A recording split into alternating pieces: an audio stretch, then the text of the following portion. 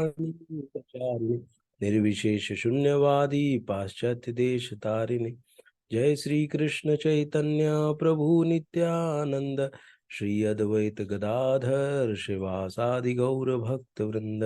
हरे कृष्णा कृष्णा कृष्णा हरे हरे, हरे राम राम राम हरे हरे। जय श्री प्रभुपाद की जय, अनंत कोटि वैष्णव वृंद की जय। हरे कृष्णा। हरे कृष्णा। नमः प्रणाम सभी का स्वागत है। हरे कृष्णा। हरि बोल। कैसे हो जयेश भाई? हाँ ठीक है सर। हम्म हम लोग सेशन स्टार्ट करते हैं। कैसा लग रहा है सेशन? अच्छा लग रहा है सर? हाँ अटेंड समझ कर, आ रहा बीच बीच में नहीं अटेंड कर पा रहा था। है? अच्छा अच्छा। मतलब हाँ मतलब हम्म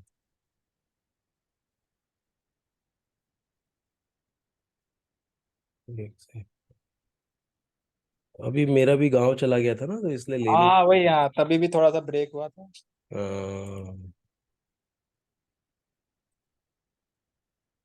स्क्रीन शेयर करता हूँ।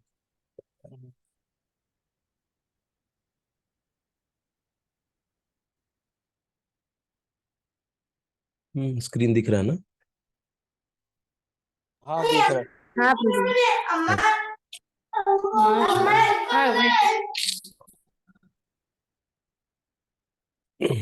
तो हम लोग पढ़ते हैं, पेज नंबर 31 में है। जब सनातन गोस्वामी ने श्री चैतन्य महाप्रभु से प्रत्येक जीव के स्वरूप के विषय में जिज्ञासा की, तो भगवान ने उत्तर दिया, जीव का स्वरूप या स्वाभाविक स्थिति भगवान की सेवा करना है। जीवेर स्वरूप हो कृष्णेर नित्य दास। सेवा करना। एक जीव दूसरे जीव की सेवा कई रूपों में करता है। ऐसा करके जीव जीवन का भोग करता है। निम्न पशु मनुष्यों की सेवा करते हैं, जैसे सेवक अपने स्वामी की सेवा करते हैं। एक मिनट देना।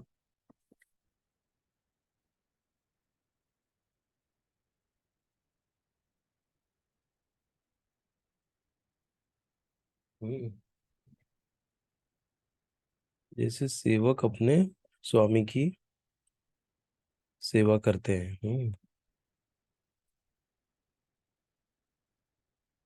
जैसे सेवक अपने स्वामी की सेवा करते हैं, एक व्यक्ति अ अपने स्वामी ब की सेवा करता है, और ब अपने स्वामी स की तथा स अपने स्वामी द की। इस प्रकार हम देखते हैं कि एक मित्र की सेवा करता है, माता पुत्र की सेवा करती है, पति पत्नी की सेवा करता है। यदि हम इसी भावना से खोज करते चले जाएं, तो पाएंगे कि समाज में ऐसा भी अपवाद नहीं है जिसमें कोई जीव सेवा में न लगा हो।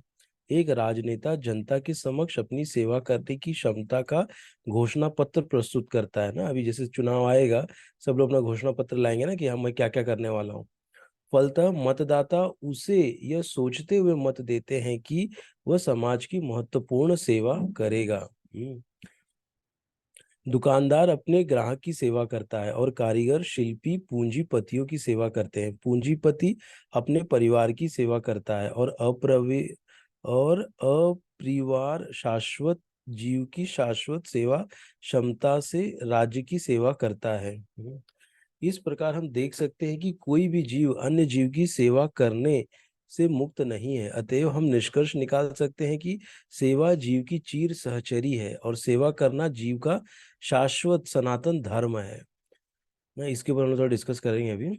तथापि मनुष्य काल तथा परिस्थिति विशेष के प्रसंग में एक विशिष्ट प्रकार के विश्वास को अंगीकार करता है, और इस प्रकार वह अपने को हिंदू, मुसलमान, ईसाई, बौद्ध या किसी अन्य संप्रदाय का मानने वाला बताता है।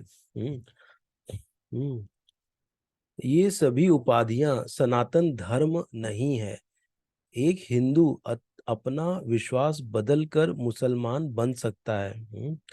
एक हिंदू अपना विश्वास बदलकर मुसलमान बन सकता है, या एक मुसलमान अपना विश्वास बदलकर हिंदू बन सकता है, या कोई ईसाई अपना विश्वास बदल सकता है, इत्यादि। किंतु इन सभी परिस्थितियों में धार्मिक विश्वास में परिवर्तन होने से अन्यों की सेवा करने का शाश्वत धर्म वृत्ति प्रभावित नहीं होता ना। जो अगर वो पिता है तो बच्चे की सेवा करेगा, चाहे कोई भी धर्म में हो ना। वही यहाँ पे बता रहे, शाश्वत धर्म क्या है? सेवा। हिंदू, मुसलमान या ईसाई समस्त परिस्थितियों में किसी न किसी के सेवक हैं। अतएव किसी विशेष विश्वास को अंगीकार करना अपने सनातन धर्म अपने सनातन धर्म को अंगीकार करना नहीं है ना। सेवा करना ही सनातन धर्म है। देखिए बहुत बड़ा स्टेटमेंट है ये। कि किसी विशेष किसी विशेष विश्वास को अंगी, विश्वास का मतलब क्या है यहाँ पे? धर्म के बारे में बता रही है ना। धर्म क्या विश्वास है ना। तो वही बोल रहे कि किसी विशेष विश्वास को अंगीकार करना अपने सनातन धर्म को अंगीकार करना नहीं है। कि हमने मतलब एक हिंदू बन गए तो हम सनातन धर्मी बन गए, नहीं ना। सेवा करना ही सनातन धर्म है। वस्तुतः भगवान के साथ हमारा संबंध सेवा का संबंध है। परमेश्वर परम भोक्ता है और हम सारे जीव उनके सेवक हैं। हम सब उनके भोग सुख के लिए बने हैं। यदि हम भगवान के साथ उस नित्य भोग में भाग लेते हैं तो हम सुखी बनते हैं। हम किसी अन्य प्रकार से सुखी नहीं हो सकते। स्वतंत्र रूप से सुखी बन पाना संभव नहीं। जिस प्रकार शरीर का कोई भी भाग उधर से सहयोग किए बिना सुखी नहीं रह सकता, परमेश्वर की दिव्य प्रेमा भक्तिमय सेवा किए बिना जीव सुखी नहीं हो सकता ना। तो यहाँ पर पूरा सेवा के बारे में बताए हैं ना। इसीलिए हमको हमेशा बोला जाता है ना कि कुछ सेवा करो, कुछ विशेष सेवा लो और उसको संपादित करते रहो, उसका संपादन करते रहो। ये नहीं कि आज लिया फिर बोलेंगे अरे मेरा मन नहीं कर रहा है ये सेवा करने का ना, मेरे पास मुझे जम नहीं रहा है, बहुत सारे रीजन बताएंगे हम लोग। तो वैसा नहीं चलेगा। एक सेवा लेना है तो इससे अगर वो करते रहेंगे तो हमको भगवान की बहुत कृपा मिलती है। और जैसे भी यहाँ पे एक चीज और है, जैसे हम अगर मंदिर में कुछ सेवा नहीं ले पाए या अपने कॉन्ग्रीगेशन में कोई सेवा नहीं कर पा रहे हैं ना, तो अपने घर में अपना मानसिक ऐसे बनाओ कि हम ना किसी की सेवा कर रहे हैं तो भगवान की प्रसन्नता के लिए कर रहे हैं ना, अपने परिवार संबंधियों की भी सेवा, लेकिन कृष्णमय होके कर रहे हैं ऐसा। तो वो भी करेंगे तो उससे भी हमको बहुत लाभ मिलेगा ना। वो भी क्या हो जाएगा, फिर आध्यात्मिक सेवा हो जाएगी ना। क्यों? हमारा अभी भाव अलग हो गया। पहले जस्ट हम करते थे कि जैसे कि ये बड़ा होएगा तो मेरे को खाना पीना रोटी पानी देगा, इसके लिए मैं इसकी सेवा कर रहा हूँ ना, ये भाव रहता था। अभी भाव क्या है कि इसको अच्छे से इसकी सेवा करेंगे, बड़ा होगा, ये भगवान की अच्छे से सेवा कर पाएगा ना। इस भावना से हम अपने बच्चे का लालन पालन कर रहे हैं ना। ऐसा तो क्या है, कर तो वही रहे हैं, पहले भी वही कर रहे थे, अभी भक्ति में आने के बाद भी वही कर रहे हैं ना, सेवा कर ही रहे हैं। लेकिन अभी अंदर से चेतना अलग हो गई, अभी सेवा भाव वाली चेतना हमने डेवलप किया, कल्टीवेट किया है। ऐसा। और क्या है कि जब हम जितना ज्यादा से ज्यादा सेवा करते हैं ना, उतना हमारा चैंटिंग अच्छा होते जाता है।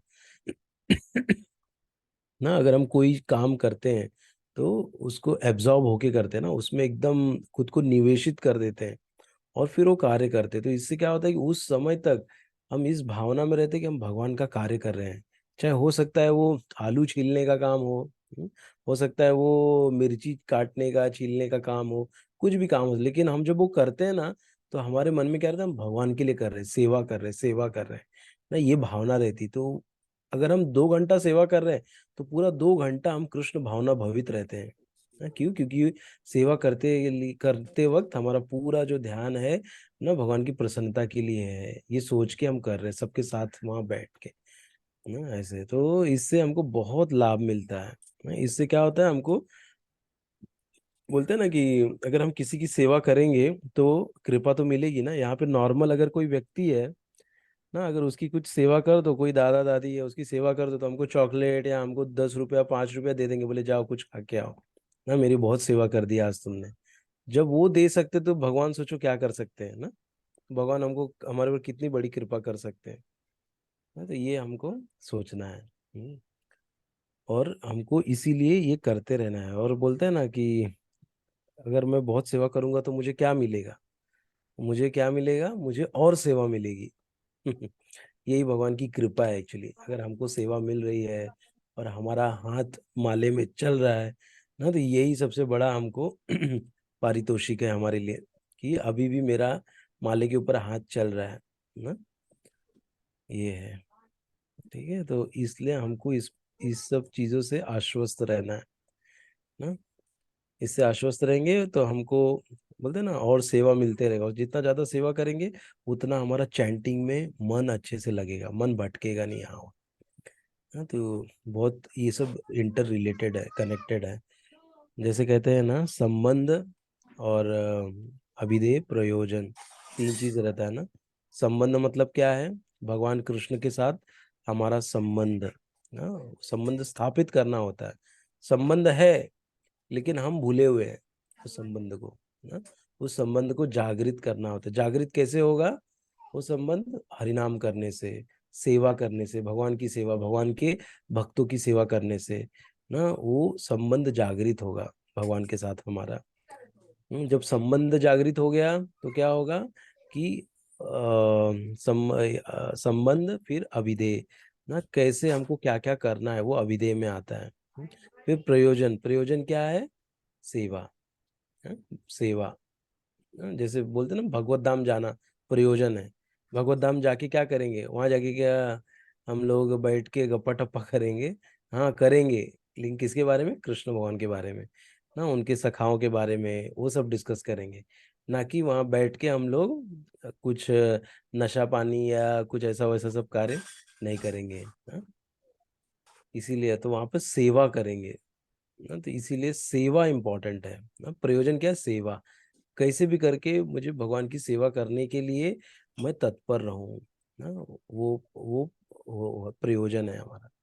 जब सेवा करना आ गया कृष्ण का, तो ऑटोमेटिक भगवत धाम चले जाएंगे हम लोग। क्यों? क्योंकि अभी सेवा में पारंगत हो गए ना।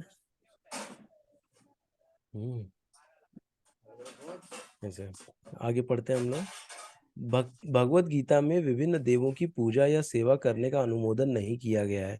उसमें 7.20 में कहा गया है, कामे स्तृत ज्ञान प्रपद्यन्ते अन्य देवता तम तम नियमा अस्थाय प्रकृत्या नियता स्वया। कहते हैं कि जिनकी बुद्धि भौतिक इच्छाओं द्वारा मारी गई है, वे देवताओं की शरण में जाते हैं और वे अपने अपने स्वभावों के अनुसार पूजा के विशेष विधि विधानों का पालन करते हैं। यहाँ यह स्पष्ट कहा गया है कि जो काम वासना द्वारा निर्देशित होते हैं, वे कृष्ण की पूजा न करके देवताओं की पूजा करते हैं ना। बहुत सारी जिनकी इच्छाएं रहती है ना, वो जाके देवताओं की विविध विविध देवताओं की पूजा करते हैं, अपने स्वार्थ साधने के लिए, अपना जो मंतव्य है या जो भी इच्छा है उसकी पूर्ति करने के लिए वो देवी देवताओं के पास जाते हैं। जब हम कृष्ण का नाम लेते हैं तो हम किसी सांप्रदायिक नाम का उल्लेख न करते नहीं करते। कृष्ण का अर्थ है सर्वोच्च आनंद, और इसकी पुष्टि हुई है कि परमेश्वर समस्त आनंद के आधार हैं। हम सभी आनंद की खोज में लगे रहते हैं। आनंदमयो अभ्यासात अभ्यासात वेदांत सूत्र 1.1.12 में कहते हैं, भगवान की ही भांति जीव चेतना से पूर्ण है और सुख की खोज में रहते हैं। भगवान तो नित्य सुखी है, और यदि जीव उनकी संगति करते हैं, उनके साथ सहयोग करते हैं, तो वे भी सुखी बन जाते हैं ना। भगवान नित्य सुखी है, और जीव भी अगर उनकी संगति करेगा तो क्या हो जाएगा? उनके सहयोग के साथ वो भी सुखी बन जाएगा ना? हम्म भगवान इस मर्त्यलोक में सुख से पूर्ण अपनी वृंदावन लीलाएं प्रदर्शित करने के लिए अवतरित होते हैं। अपने गोप मित्रों के साथ, अपनी गोपिका सखियों के साथ, वृंदावन के अन्य निवासियों के साथ तथा गायों के साथ उनकी लीलाएं सुख से ओतप्रोत हैं। वृंदावन की सारी जनता कृष्ण के अतिरिक्त अन्य किसी को नहीं जानती थी। हाँ, ये लीला है। तो इसलिए संगति जब आती है ना, तो कहते हैं ना कि संगति ऐसे नहीं कि बहुत आसान है ना। जैसे कहते हैं कि बड़े चढ़े भक्तों की का संग लो। अगर हम बड़े चढ़े भक्तों के संग में आते हैं ना, तो बहुत सारी सेवाएं आती हैं। वो कुछ ना कुछ सेवा देंगे वो, क्योंकि उनको पता है कि ना उनके पास ऑलरेडी बहुत सारा सेवा है, तो क्या करेंगे? आजा, एक ये सेवा कर ले, थोड़ा ये कर लेगा क्या, ये पॉसिबल है क्या, ना ऐसे करके वो सेवाएं देंगे। ना। तो संगति का अर्थ क्या है? एक्चुअली सेवा हमको मिलेगा अगर हम बड़े चढ़े भक्तों के संग में रहेंगे ना।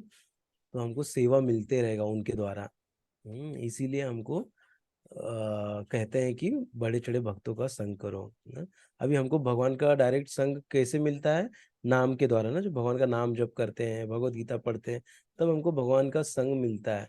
लेकिन अगर हमको साक्षात एक जो संग चाहिए तो वो भक्तों के माध्यम से हमको मिलता है ना। तो उनका संग जब भी मिले तो छोड़ना नहीं चाहिए हमको ना, लेना चाहिए भक्तों का। उससे हमको भगवान के ऊपर और ज्यादा हमारा विश्वास बढ़ेगा ना। हम्म इसीलिए, और जैसे जिसके संग में रहेंगे हम वैसे ही बनते जाएंगे ना। ये चीज हमेशा याद रखना रखना है हमको, मेरे लिए। कि जिसके संग में, ऐसी एक किताब पढ़ रहा था उसमें आया था कि वो बता रहे थे कि मैं गया यहाँ पे क्रेमेटोरियम, क्या कहते हैं उसको, शमशान, शमशान घाट में गया। और वहां देखा कि सब रो रहे थे। कोई तो बहुत अत्यंत प्रिय किसी का चला गया था और सारी जनता वहां पे एकदम जोर जोर का रो रही थी। और वो रोते हुए देख के सब उधर अगल बगल खड़े हुए सारे लोग रो रहे थे एकदम देख के। सबका आंख भर आया, सब रोने लगे। बोले मैं भी उधर खड़ा था, मेरी भी आंखों से अश्रु गिरने लग गया। मतलब क्या है, इससे हमको समझ में आता है कि हम जैसे जिसके बीच में रहेंगे हम वैसे बनेंगे। हम्म। अगर हम भक्तों के, बड़े चढ़े भक्तों के बीच में रहेंगे तो हम वैसे बड़ा चढ़ा भक्त बनेंगे ना। ऐसा है। तो ये सब क्या है कि अट्रैक्ट होते हैं ना, ऐसा। तो ये जो हमारा जो है ना भक्ति, तो भक्ति में भी ऐसे ही है। अगर हम किसी बड़े चढ़े भक्त के साथ रहेंगे तो उसका जो भाव है ना, उसको जो सेवा करने की वृत्ति है, प्रवृत्ति है, वो हमारे अंदर आएगी, जिससे कि हम भी सेवा करने लग जाएंगे ऐसा है। लेकिन बहुत ही सिंसियर और सीरियस होना पड़ता है ना। ये नहीं कि मतलब सामने से तो सेवा कर रहे हैं और अंदर से उल्टा पुल्टा बोल रहे हैं ना। तो भक्ति में कैसा है कि अगर हम किसी के प्रति थोड़ा द्वेष लेके आए ना, उस तलक वो बात पहुंच जाती है। तो इसीलिए बड़ा सतर्क रहना रहता है। किसी के भी प्रति हमारे मन में कुछ द्वेष भावना नहीं आनी चाहिए, इसका हमको बहुत ख्याल रखना चाहिए। हम्म। हाँ, इसीलिए हमको संग बहुत इंपॉर्टेंट है। किसका संग कर रहे हैं? जो कोई काम के नहीं है ना, वैसे संगों को काट दो ना, हटा दो। जरूरत नहीं है ऐसे जो संग आपको भक्ति से दूर कर रहे हैं ना, उनको अपने से दूरी कर दो। अगर दूर नहीं कर सकते तो अंदर से दूर कर दो। हाँ, लेकिन ऐसा भी नहीं है कि जैसे हमारे माँ बाप हैं, हो सकता है वो अभी भक्त नहीं है ना, या हमारी बहन, हमारे भाई अभी तक वो भक्त नहीं, तो क्या हम उनको काट के दूर कर दें क्या? ना, ऐसा प्रश्न आ सकता है। करेक्ट। तो कैसे है कि हमको, हमारे लिए ये सिचुएशन क्रिएट की गई है ना, जिसमें हमारे लिए चैलेंज है। अभी ये सब सिनेरियो सिचुएशन है, उसमें मैं कैसे भक्ति करूं ना। तो उसमें कैसे है कि हमको ये नहीं कि वो लोग को काट के अलग कर दो ना, हमें अपना कार्य करते रहना है। हमें अपना जो चेतना है कृष्ण में लगा के रखना है ना। हमें ये नहीं कि मुझे इसके साथ बात नहीं करना है, ये मेरे पापा तो कुछ भी उल्टा पुल्टा बोलते रहते हैं, मेरी पत्नी तो मेरा सुनती ही नहीं, उसको बोलता हूँ मैं एक माला कर, दो माला करो, तो करती ही नहीं है ना। इसमें ध्यान हमको अपना खर्च नहीं करना है, इसमें हमारा ध्यान नहीं बटाना है। हमको अपना जो ध्यान है वो हमारी साधना पे होना चाहिए ना। मैं सही से कर रहा हूँ क्या? मैंने आज भगवत गीता पढ़ा क्या? मैंने आज भागवतम पढ़ा क्या? मैंने आज कोई एक श्लोक के ऊपर किसी के साथ चर्चा किया क्या ना? ये सब प्रश्न हमको अपने से पूछना चाहिए। जब हम अपने को इम्प्रूव करेंगे तो हम खुद को इम्प्रूव होता देख ऑटोमेटिक बाकी लोग अपने आप वो लोग एक दिन भक्ति करने लगेंगे। हाँ, ना कि हम दूसरों में दोष ढूंढते रहें। तो इसलिए हमारे लिए क्या है, युक्त वैराग्य है ना। हम लोग भगवान कृष्ण को सेंटर में रख के भक्ति करते हैं। तो हमको ऐसा वैराग्य नहीं लाना है कि इससे बात नहीं करेंगे, उससे नहीं करेंगे। हाँ, इसका हमको प्रयास करना चाहिए।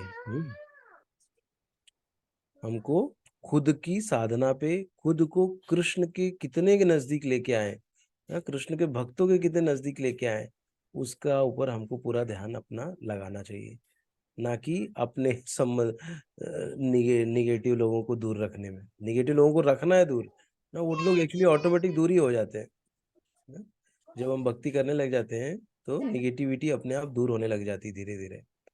हाँ, लेकिन तभी भी अगर ऐसा सिचुएशन है कि जहाँ पे बाहरी निगेटिव लोग हैं ना, बाहर के भी तो रहते हैं ना निगेटिव, तो उनसे थोड़ा हमको दूरी बना के रखनी चाहिए। जैसे हो सकता है किसी का मित्र बहुत सिगरेट पीता होगा और तंबाकू ठोक के खाता होगा ना, और वो भी पहले बहुत खाता पीता होगा, तो ऐसे लोगों के फिर संग में नहीं आना है, फिर उसके साथ थोड़ी दूरी बना के रखनी है ना। जिससे कि हम ऐसे नहीं कि हम फिर से वो संग में रह के फिर से हम वो सब चीजें करने लग जाएं। हाँ, तो इससे हमको बचने के लिए वैसे लोगों से हमको फिर थोड़ी दूरी बना के रखनी चाहिए। भगवान इस मृत्यु लोक में सुख से पूर्ण अपनी वृंदावन लीलाएं प्रदर्शित करने के लिए अवतरित होते हैं। अपने गोप मित्रों के साथ, अपनी गोपिका सखियों के साथ, वृंदावन के अन्य निवासियों के साथ तथा गायों के साथ उनकी लीलाएं सुख से ओतप्रोत है ना। कितना मतलब देखो लीला है भगवान का, हम चर्चा करते हैं ना, कैसे माखन खाए, गिराए, मटकी फोड़े, बानरों को खिलाए ना, गायों के साथ जाते थे कहाँ, गोवर्धन ना, वहां पे उनको चराते थे, उनको छोड़ देते थे, वहां पे बंसी बजाते थे, सारी गैयां इकट्ठा हो जाती थी, कितनी लीलाएं की है। वृंदावन की सारी जनता कृष्ण के अतिरिक्त अन्य किसी को नहीं जानती थी। मतलब इतना वो लोग इनग्रॉस थे कृष्ण के बारे में सोचने के लिए कि कृष्ण को कैसे खुश किया जाए, क्या करें कृष्ण के लिए। आज कृष्ण आ रहा है, उसके पैर में कांटे ना गड़े, थोड़ा रोड साफ कर दो, कड़क कड़क कड़क पत्थर हटा दो ना, ऐसे मतलब क्या क्या वो लोग ऐसे सोचते रहते थे। हाउ टू प्लीज कृष्णा, कैसे कृष्ण को खुश किया जाए। हाँ, तो कहीं हम लोग ऐसा सोच रहे हैं क्या? हाँ, हमको भी ये सोचना चाहिए कि कैसे मैं कृष्ण को प्रसन्न करूं, क्या कार्य करूं, भले कार्य छोटा ही क्यों ना हो ना, लेकिन वो कार्य अगर हम ऐसा कुछ कर रहे हैं तो उसका इम्पैक्ट होता है ना। कोई भले आपको एक्नॉलेज ना करे, लेकिन कृष्ण उसको जरूर एक्नॉलेज करेंगे ना, जरूर उसको एक्सेप्ट करेंगे ना। कोई भी कार्य हो सकता है, अगर आप कोई आ रहा है बाहर, किसी के सारे जो शूज चप्पल, अगर कहीं हम जा रहे हैं कोई प्रोग्राम में, बाहर पूरा बिखरा हुआ है, कोई अगर भक्त उसको अच्छे से लगा दे ना, लेकिन किसी ने देखा नहीं, लेकिन उस भक्त ने वो सेवा करके चला गया, आके ऊपर बैठ गया, तो इससे क्या होंगे, भगवान प्रसन्न होंगे, भगवान ने उसको एक्सेप्ट किया वो सेवा को ना, किसी ने देखा नहीं। ऐसे ऐसे भी हैं, बताते हैं कि ऐसे 4-5 लोग हैं, अपने मंदिर में आते हैं, और वो लोग क्या करते हैं, संडे को महीने में 1-2 बार, और वो लोग पूरा जो पिलर है वो पिलर को साफ करते हैं, ब्रश और ये सब लेके आते हैं, छोटा जो अंदर का धूल है ना वो सब निकालते हैं, निकाल के वो लोग चले जाते हैं अपना करके ना। वो लोग किसी के लिए ये नहीं बोलते कि मुझे अप्रिशिएट करे या एक्नॉलेज करे, बस वो अपना सेवा ऐसा करके आते हैं और करके चले जाते हैं ना। ऐसे भी नहीं कि वो लोग भक्त है, वो लोग भक्त भी नहीं है फिर भी मतलब एक ये सेवा के रूप में वो करते हैं ये कार्य ना। तो ऐसा कुछ कुछ कार्य हमको जरूर करना चाहिए ना, और उसका एटलीस्ट चिंतन करना चाहिए। अगर हम नहीं भी कर पा रहे हैं, हमारी अवस्था नहीं करने की, मन में चिंतन करें ना, मानसिक रूप से हम भगवान की कुछ सेवा कर रहे हैं ना, भगवान के सामने आ गए हैं, उनको अच्छा एक सिंहासन बनाओ, सिंहासन पे बैठाओ, पगड़ी पहनाओ ना, उनको जो भी सब चीज हम ये सब मानसिक रूप से भी कर सकते हैं ना। इससे भी क्या होगी, भगवान की चिंतन होगी, भगवान की बड़ी बहुत बड़ी मानसिक सेवा होगी ना। इसको भी भगवान स्वीकार करते हैं। एटलीस्ट कुछ नहीं कर सकते तो ये तो करें।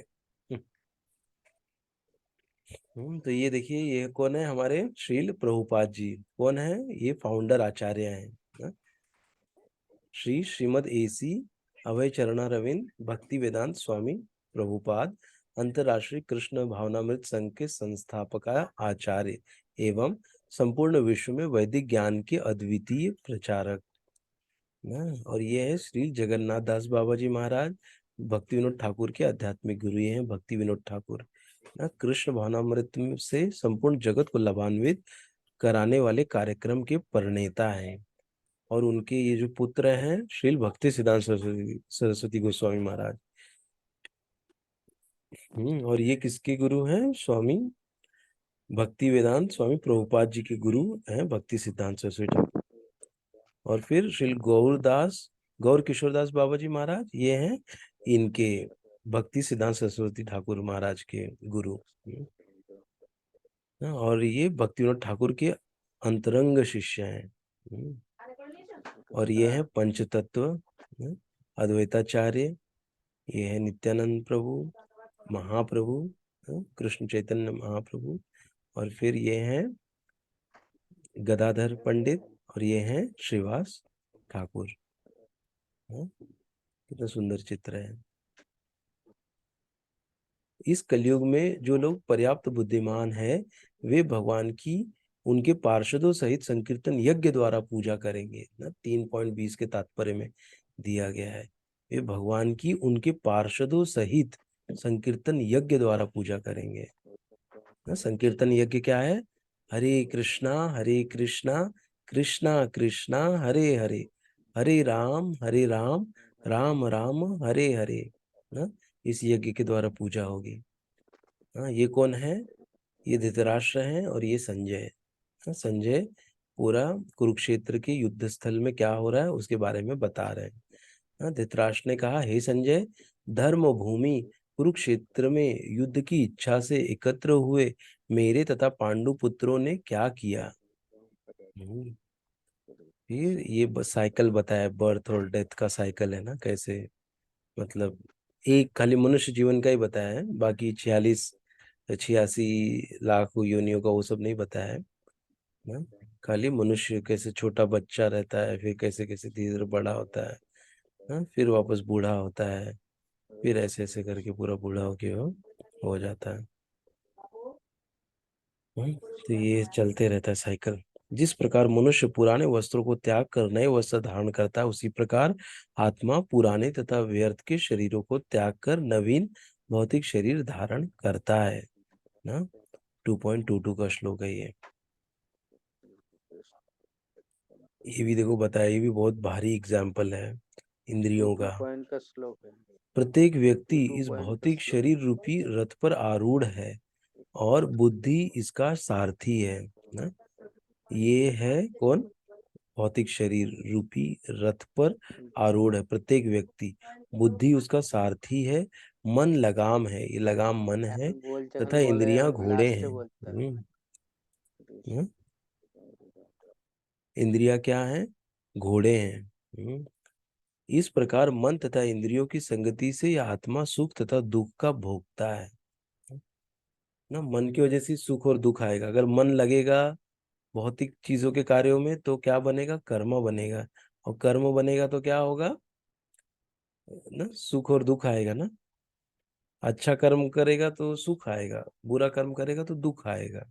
बस देख रहे हैं यहाँ पे 5 इंद्रियां हैं ये, आंख, नाक, कान ना, त्वचा और जीभ।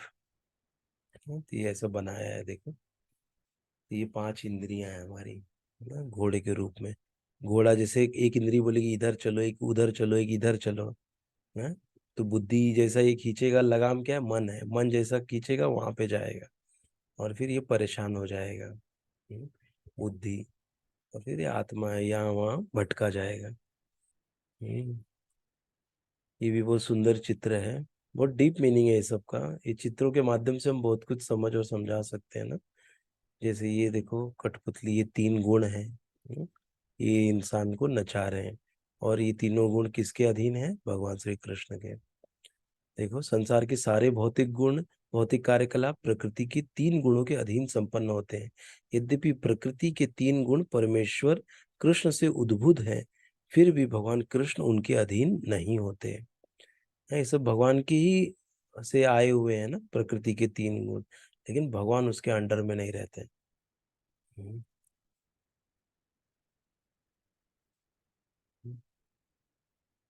भगवान जी बैठे हैं, ये लोग देखो भक्त हैं और ये लोग भक्त नहीं है। वो दिखाए क्या बोल रहे, देखो, जो निपट मूर्ख है, जो मनुष्यों में अधम है, जिनका ज्ञान माया द्वारा हर लिया गया है, तथा जो असुरों की नास्तिक प्रकृति को धारण करने वाले हैं, ऐसे दुष्ट मेरी शरण ग्रहण नहीं करते, और 4 प्रकार के पुण्यात्मा मेरी सेवा करते हैं। कौन कौन? आर्त, जिज्ञासु, अर्थार्थी और ज्ञानी। ये 7.15 और 16वां श्लोक है 7वें चैप्टर का। हाँ?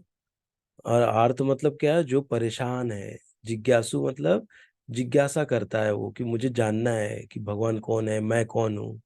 अर्थार्थी अर्थात जो धन की कामना करता है। ज्ञानी अर्थात जो ज्ञान से पूर्ण है ना, जिसको ज्ञान है लेकिन उसके पास भक्ति नहीं, खाली ज्ञान ही है ना। वो जान रहा है आत्मा परमात्मा ये सब के बारे में जान रहा है, लेकिन उसके अंदर भक्ति वो अभी तक प्रज्वलित नहीं हुई है ना, तो वो ज्ञानी है। तो ऐसे लोग भी अगर आते हैं ना, ज्ञानी मतलब सतोगुण में रहता है ज्ञानी एक्चुअली। हम्म। तो ऐसे लोग आते हैं तो वो उनको पुण्यात्मा कहा गया है ना। अगर आप हम किसी अर्थ कामना से भी कृष्ण भगवान के पास जा रहे हैं, तभी भी उसको क्या मानना चाहिए, पुण्यात्मा मानना चाहिए। हम्म? भगवान का एक टाइप का भक्त ही समझना चाहिए। इसीलिए अगर हमारी भी कोई भौतिक इच्छा है ना, तो भगवान से जाके मांगना चाहिए हमको। उसके लिए मनाही नहीं है। हाँ। क्या हो गया? ठीक है, 10:35 हो गया। हम लोग यहीं पे स्टॉप लेंगे। देखते फोटोज कितने हैं थोड़ा। ठीक है, बहुत सारे फोटोज हैं, तो हम लोग धीरे धीरे एक एक फोटो देखेंगे और चर्चा करेंगे इस पे ना, आराम से। क्योंकि फोटोज को भी जानना समझना, क्योंकि इसमें से एक भी फोटो हमारे ध्यान में बैठ गया, तो इस फोटो के जरिए अगर हम कुछ किसी को बता रहे हैं, अगर ये फोटो सामने चमक गया, तो हम उसको समझा सकते तुरंत ना। जैसे ये देखो, ये 3 गुण दिख रहे हैं, ये जीव तीनों गुणों में बंधा हुआ है ना। भगवान तीनों तीनों गुण भगवान के अधीन है ना। ये देखो अभी इसमें ये जो 5 घोड़े हैं, 5 घोड़े क्या दर्शा रहे हैं, इंद्रियां दर्शा रही हैं। ये जो लगाम है, ये क्या है, लगाम जो है वो मन है। फिर ये बुद्धि है। पीछे जो इस रथ पे आरूढ़ है, वो कौन है, वो है आत्मा। हम्म? ऐसे करके हम इसको समझ सकते हैं। तो ये अगर दंडवत फोटो ध्यान में प्रणाम आ गया, प्रभु। तो ये फोटो से ही हम बहुत कुछ बता सकते हैं। हरे कृष्ण प्रभु जी, दंडवत प्रणाम। दंडवत प्रणाम प्रभु जी। हाँ, दंडवत प्रणाम प्रभु जी। हरि बोल। हाँ, दंडवत प्रणाम। ठीक है, तो हम लोग आज यहीं तक करते हैं। अभी हरि बोल। आगे का हम लोग कल करेंगे यहाँ से। फिर काल है कि नहीं? हाँ, बहुत बहुत धन्यवाद आप सभी का ज्वाइन काल करने के है लिए। प्रभु जी, काल है हाँ माता जी, है ना, कल भी होगा। की बोला? कल भी होगा। थैंक कल यू। होगा माता जी। हरे कृष्णा प्रभु प्रणाम। आपको देख के बहुत खुशी हुई। हरे हरे कृष्ण। है और बहुत दिन के बाद खुशी हुई। हाँ हाँ हाँ, माता बहुत जी। दिन बंद रहा। हाँ, ठीक है, मुझे भी देख के हरे आप लोगों को कृष्ण। बहुत खुशी हुई। आप लोग दिख नहीं आपको भी रहे हैं, देख के हम लोग लेकिन खुश आप है। लोग की आवाज सुन के आप लोग को देख लिया। आनंद आया बहुत। हम्म। ठीक है, सैटरडे को मन क्लास मन की उधर भी आंखों है? से। आनंद अनुभव किया है। हाँ, सैटरडे को रह होगा प्रोग्राम माता जी, आऊंगा सैटरडे को, मिलेंगे ओके। तभी। हाँ हाँ ठीक है। हम्म, हरी बोल। ठीक है। हरि बोल, दंडवत हरि प्रणाम। बोल, हरे कृष्णा, सभी को दंडवत प्रणाम। जय श्रील प्रभुपाद की जय। जय अनंत कोटि वैष्णववृंद की जय। जय ग्रंथ राज श्रीमद् भगवद गीता की जय। जय। जय हरे कृष्णा। हरे कृष्ण। हरे हरे कृष्ण।